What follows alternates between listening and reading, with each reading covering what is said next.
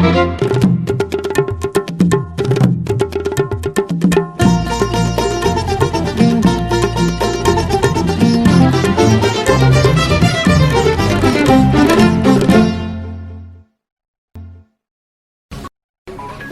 there, very good evening and a warm welcome to the news live on Rupavahini Channel I. I'm Sharama Screen News. A very good evening indeed. I'm Charita Midrarachi, and now let's move on to the headlines for tonight's news.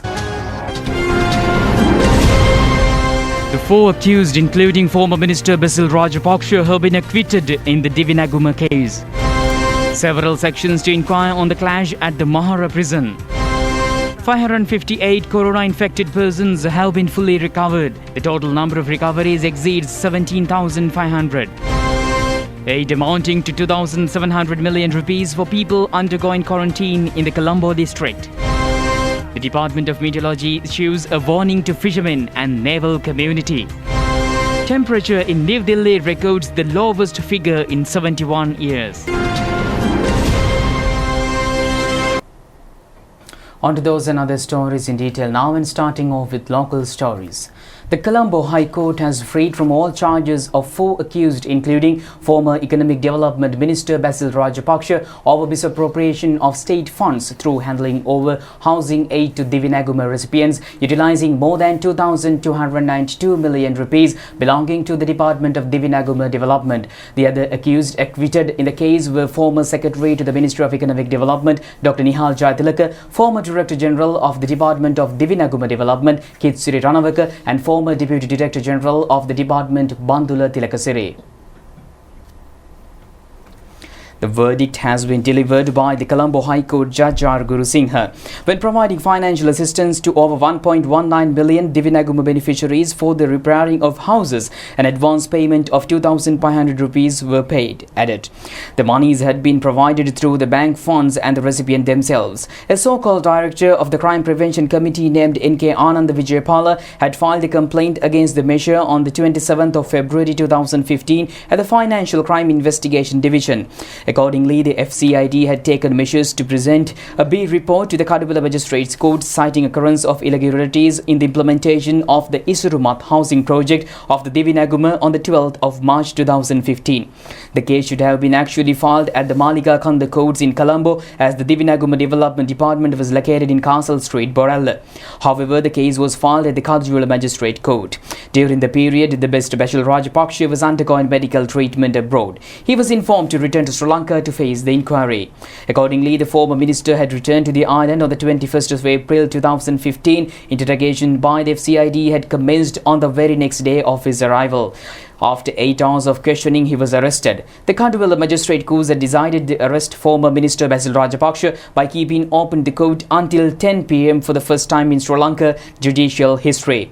A special topic on the discussion of the legal sector in this instance was bringing of a prison bus to the court premises well in advance of bringing Basil Rajapaksa to the courts. The former minister was imprisoned on the same day, rejecting the request of the lawyers to receive bail.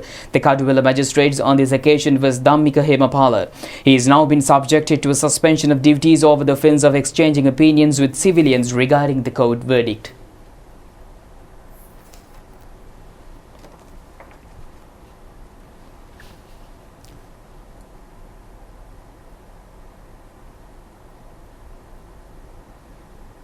The Kadupalli Magistrates Court had rejected every bail request of the four suspects, including former Minister Basil Rajapaksa, who had remanded in remand prison for 54 days. The former minister was released on bail after submitting a revision bail application to the Colombo High Courts on the 15th of June 2015. 11 court sessions were conducted at the Kadupalli Magistrate Court in this connection. Charges were filed before the Colombo High Court on the 15th of July 2016. Through these charges, it had been attempted to establish the fact that recipients were given housing assistance from the funds of the Treasury. The funds of the Divinaguma banking system were never had been state funds. The monies belonging to the recipients, it had also been established that the state funds were not obtained by the evidence of former Secretary to the Ministry of Finance. It was the responsibility of the Department of Divinaguma development under the Divinaguma Act to engage in welfare measures of the Divinaguma recipients through their own funds. The evidence had clearly substantiated the fact that the funds of Divinaguma recipients had never been misappropriated. Another special feature of the case has been that all witnesses accepting the fact that welfare activities were carried out using the funds of Divinaguma Bank.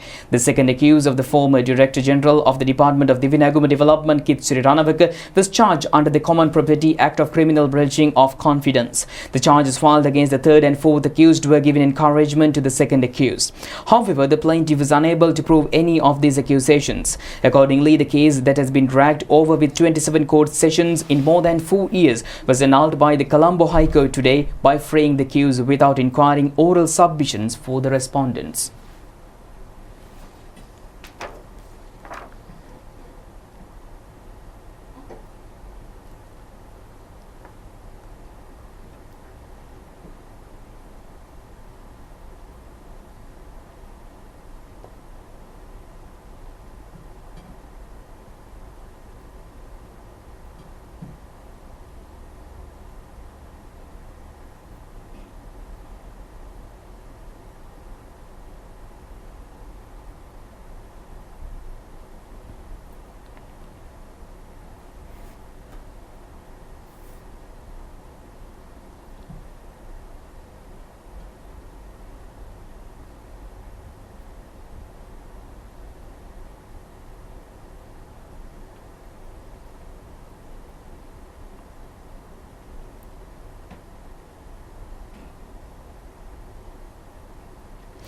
Former Minister Basil Rajapaksa said that he was unflinched when charges were filed against him of offences not committed by him. He added that the result of his patience have borne through today.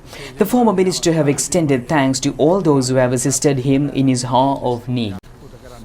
වගේම මගේ දුක බෙදාගත්ත මගේ පවුලේ අයටත් ඒ වගේම මගේ හිතවත් අයටත් මේ අවස්ථාවේදී ස්තුතිවන්ත වෙනවා. මේ සීනියවත් එක්ක ඔබතුමාගේ ඉදිරි දේශපාලන ගමන මොන වගේ එකක් වේද පාර්ලිමේන්තුවේ වෙනවා. ඒක ඉතින් කියන්න බෑ. මේ තීන්දුව හන්දා ඒක වෙනස් වෙන්නේ නැහැ. තවනඩු කීපයක් තියෙනවා. මන්ත්‍රීවරුන්ගේ කිව්වීමක් තියෙනවා ඔබතුමාට නැවත පාර්ලිමේන්තුවේ. නෑ ඒ කියන්නේ එතුමාලට ස්තුතිවන්ත වෙනවා. ඒක උඩ නෙවෙයි මගේ තීන්දුව ගන්න. මගේ මේක රාජ්‍ය නිලධාරීන් විදිහට Dr. Nihal Jatilaka said that it was a big challenge to face these accusations as a government official.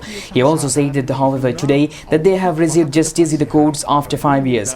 He also said that today's verdict has proven the fact that the court always safeguard government officials who act according to the law without seeking personal benefits. අධිකරණය එම රාජ්‍ය නිලධාරීන්ගේ නිවැරදි භාවය. On to more local news. Former Minister Basil Rajapaksa, upon receipt of judicial verdict, was engaged in religious observances.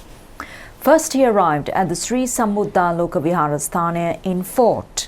Upon arrival, he was received by the chief incumbent of the Viharasthana, the Venerable Professor Ittademili Indrasarathera.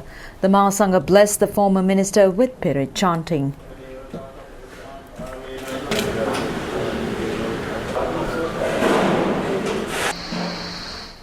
Thereafter, he left for Ganga Rama Viharasthana in Hunupitiya, Colombo, to call upon and receive blessings from the Mahasangha, headed by the chief incumbent of the Viharasthana, the Venerable Dr. Kirinde Assaji Thera.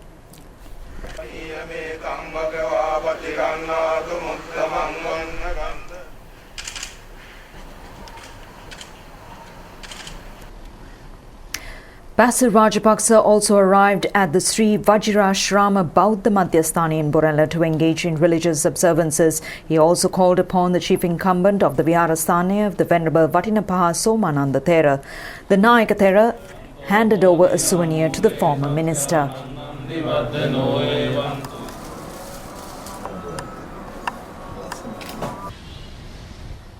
Later on, Basil Rajapaksa visited the Nyasiha Viharasthana in Borella, where he met and received blessings from the chief incumbent of the Viharasthana, the Venerable Suryaveva Somananda Thera. And meanwhile, it has been pointed out that the verdict of the Colombo High Court case in the case against misappropriation of funds of the Department of Divinaguma Development could be identified as the security guarantee for government servants of the country. The three officials in the state sector who were freed from all charges, and they were extremely creditable officials with wide-ranging experiences. This is a brief note on the profile of these versatile state officials. ශ්‍රී ලංකා විශ්වවිද්‍යාලයේ කොළඹ වෛද්‍ය Dr. Nihal Jayatilaka is a graduate of the Colombo Medical Faculty of the University of Sri Lanka. He has obtained postgraduate degree in Administration of Medicine from the Colombo Postgraduate Medical Institute. Dr. Nihal Jayatilaka has held several high-ranking officials positions in the health sector. In the year 2010, he was appointed as the Secretary to the Ministry of Provincial Councils and Local Government. He has assumed duties as the Secretary to the Ministry of Health in 2012 and also as the Secretary to the Ministry of Economic Development in 2014. Dr. Jayatilaka has also functioned as a member in the boards of Directorate of the Ceylon Electricity Board, Sri Lanka Institute of Development Administration, Sri Lankan Transport Board, Sri Lanka Tourism Development Authority and the Urban Development Authority. He is the current chairman of the Sri Lanka Rupavahini Corporation. Former Director General of the Department of Divinaguma Development, Kitsiri Ranawaka, who was also acquitted today, has entered the Sri Lankan Administrative Service in the year 1984. He was a special grade official of the service. Mr. Kitsiri Ranawaka has also functioned as the Divisional Secretary, Additional District Secretary, as well as the Secretary to the Ministry of Provincial Councils and Local Government. Mr. Bandula Tilakarsiri was appointed as the Deputy Director General of the Department of Divinaguma Development in the year 2014. He was a graduate of the Prayarathina University and also an attorney at law. Mr. Tilakarsiri was also a Director General of the Sri Lanka Samurdhi Authority. He is the current Director General of the Department of Samurdhi Development. He holds more than 25 years of experience in the state service. The Ministry of Justice has appointed a 5-member committee to conduct a full investigation into the incident that occurred at the Mahara prison. The committee has been entrusted with the task of providing recommendations within a period of 1 month on taking long and short-term measures to prevent occurrences of such incidents in future. Chairman of the 5-member committee is retired High Court Judge Kusala Sarojini Veerawardena. The other members are Chief Legal Advisor of the Ministry of Justice, President's Counsel U.R. De Silva, Additional Secretary to the Ministry of Justice Rohana Hapugaswatta, DIG Attorney at Law Ajit Rohana and former Prisons Commissioner Gamini Jayasinghe. Additional Secretary to the State Ministry of Prison Reforms and Rehabilitation of Prisoners Nishan Dhanasinghe is the Secretary to the committee. The interim committee report is scheduled to be handed over within a week.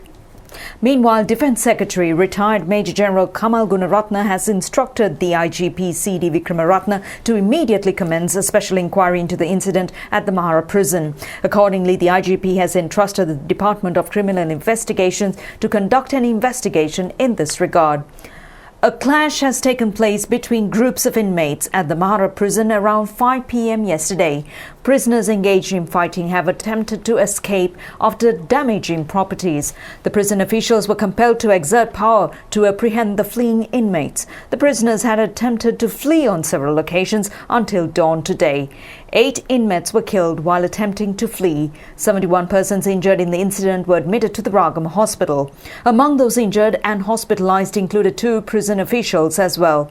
Out of the 48 inmates admitted to the hospitals, 26 were found to be infected with the COVID-19 disease after being subjected to rapid antigen tests. Opinions were also expressed in Parliament today regarding the clash at the Mahara prison.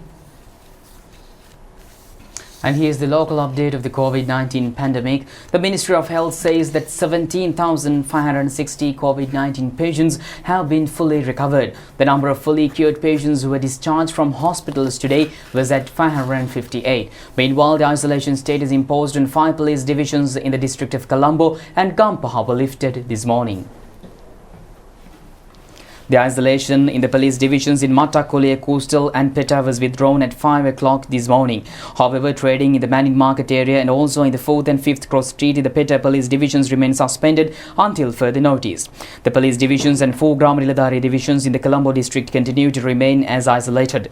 The Grama division of Salamulla and Veerapura have also been declared as isolated areas with effect from 5 a.m. today. Verandio in a housing scheme and the southern region of the Ferguson Road in Matakulia Police Division, as well as the Laksanta 7 housing scheme in the Vallampitia Police Division, has also been named as isolated areas with effect from 5 a.m. today. The Nigambo and Ragama Police Divisions in the Gampa district were also exempted from the isolated status today. Only 3 police divisions in the district are being maintained as isolated areas. The Akaripattu Police Division has also been named as a high-risk area with effect from this afternoon.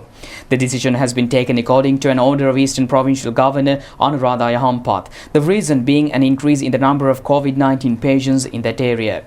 Meanwhile, the security divisions have utilized drone cameras today as well to inspect the behavior of people in the isolated areas of Atalugama in Pandaragama. President of the Atalugama Mosque Association, Muhammad Najim, said that people have been evading from undergoing PCR tests were informed to face such tests. The police says that the law will be implemented strictly against the WHO COVID at the PCR test when orders have been given to undergo such tests. 12,796 COVID-19 patients have been fully recovered and left the hospitals this month. With the 558 discharges reported today, the percentage of fully recovered COVID-19 patients stand at 74.21. The percentage of those still undergoing treatment is 25.3 or 5,988 patients. 13,065 PCR tests have been completed by yesterday. Accordingly, the total number of PCR tests conducted in the country has reached to 826,032. 22 more patients were undergoing treatments at the COVID-19 Intermediate Treatment Centre in Polonnaruwa have also left the centre today. They are residents of Colombo, Gampaha, Kandy and Kaluthara districts. 178 more COVID-19 patients were detected today. They were all close contacts of the Paliaguda COVID-19 cluster. Chief Epidemiologist of the Ministry of Health, Dr. Sudat Samaravira, said that the disease is now in controlled stage. At the moment that we can see that in the Colombo Municipal Council area, that the case that is still that reporting highest number of cases out of all other areas of the country, but when you analyze the results, that we can see that there is some progress. That the virus load that what we are identifying in these areas is that among the patients is coming down. This means that newly infecting people among the cases detected are very much less. This is a good sign that indicates a good control of COVID-19. And also when you applied the rapid antigen test to pick up those who are highly infectious, that we can see that the number that we are detecting from rapid antigen test also coming down. That also indicates that the disease is now towards the control stage. So with all these measures, with that isolating some areas, applying strict control measures, we hope that we will be able to control Colombo Municipal Council area this case reporting, and we know that even other rest of the country the cases are reporting because of that all these cases are linked to this Colombo Municipal Council area cases, so that when we control the Colombo Municipal Council area cases, very easily we will be able to control the other places also. But we are focusing on at this moment is where the people are that are living in the congregate settings like camps and the prisons like places, that we can see that higher number of cases are reporting. This is something that we expect and unavoidable, but we try at our best to identify all the cases and to separate them from the other inmates in order to control the spread of the disease. Parliamentarian Dr. Sudarshani Fernandopulle has been appointed as the State Minister of Primary Health Services and Controlling of Epidemics and COVID disease. She was sworn in before President Gotabaya Rajapaksa at the President's house this evening. One of the main objectives of the Saubhagya Dakma policy statement to uplift primary health services and to maintain high standards. Dr. Ms. Fernandopulle has earlier functioned as the State Minister of Prison Reforms and Rehabilitation of Prisoners.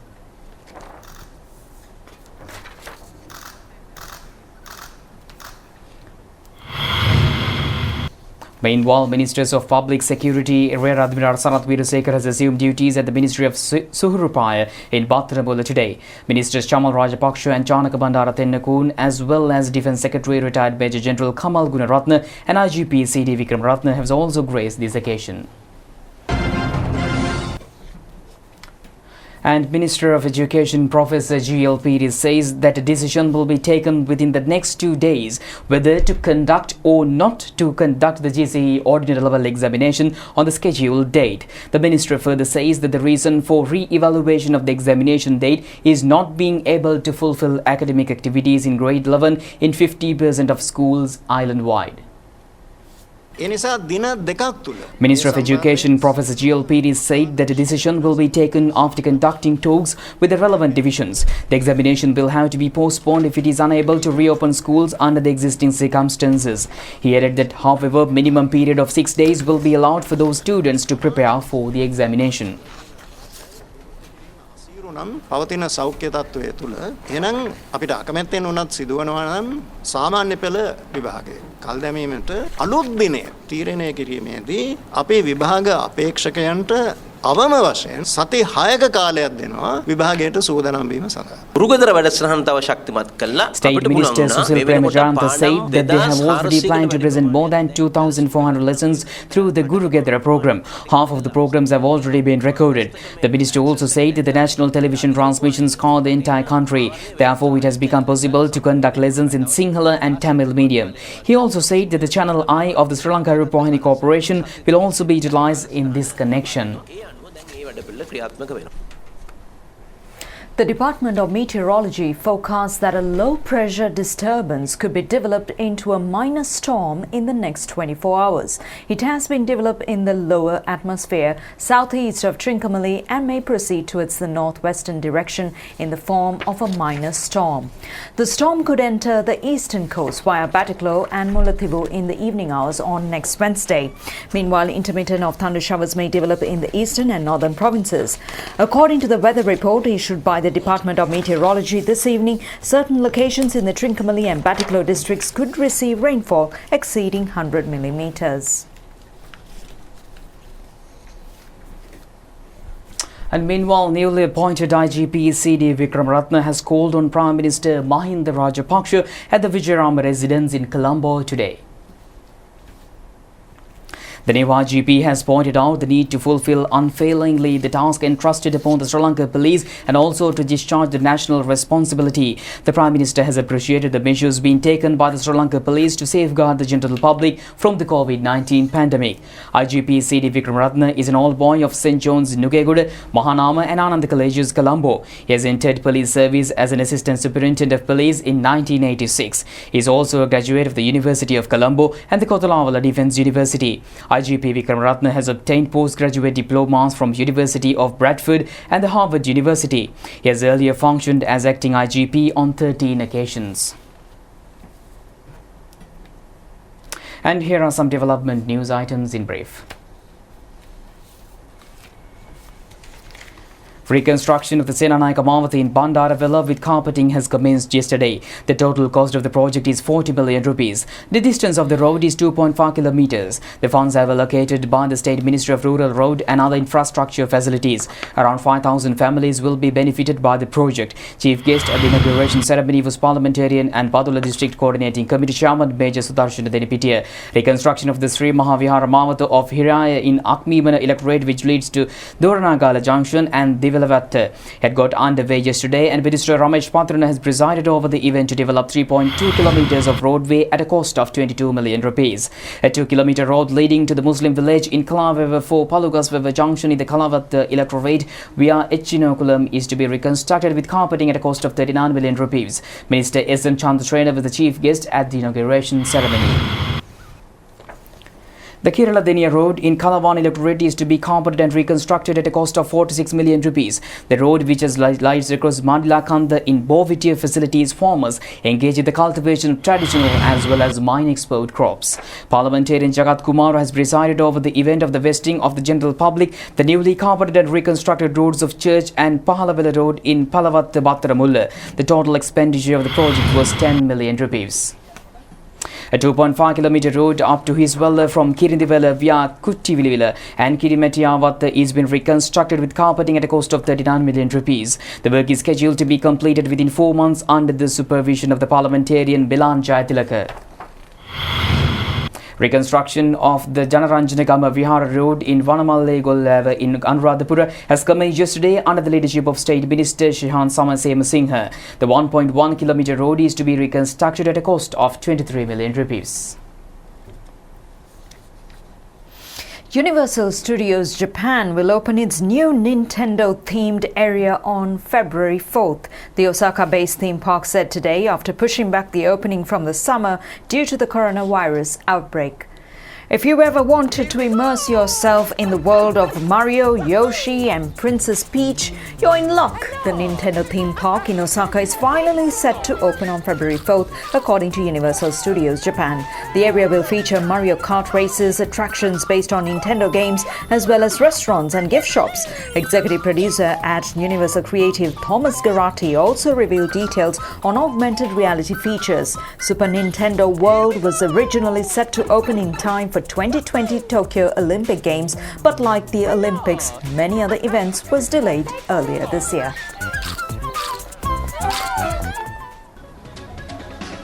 And with that, we conclude tonight's news. Do it just tomorrow at the very same time. Stay safe. Good night.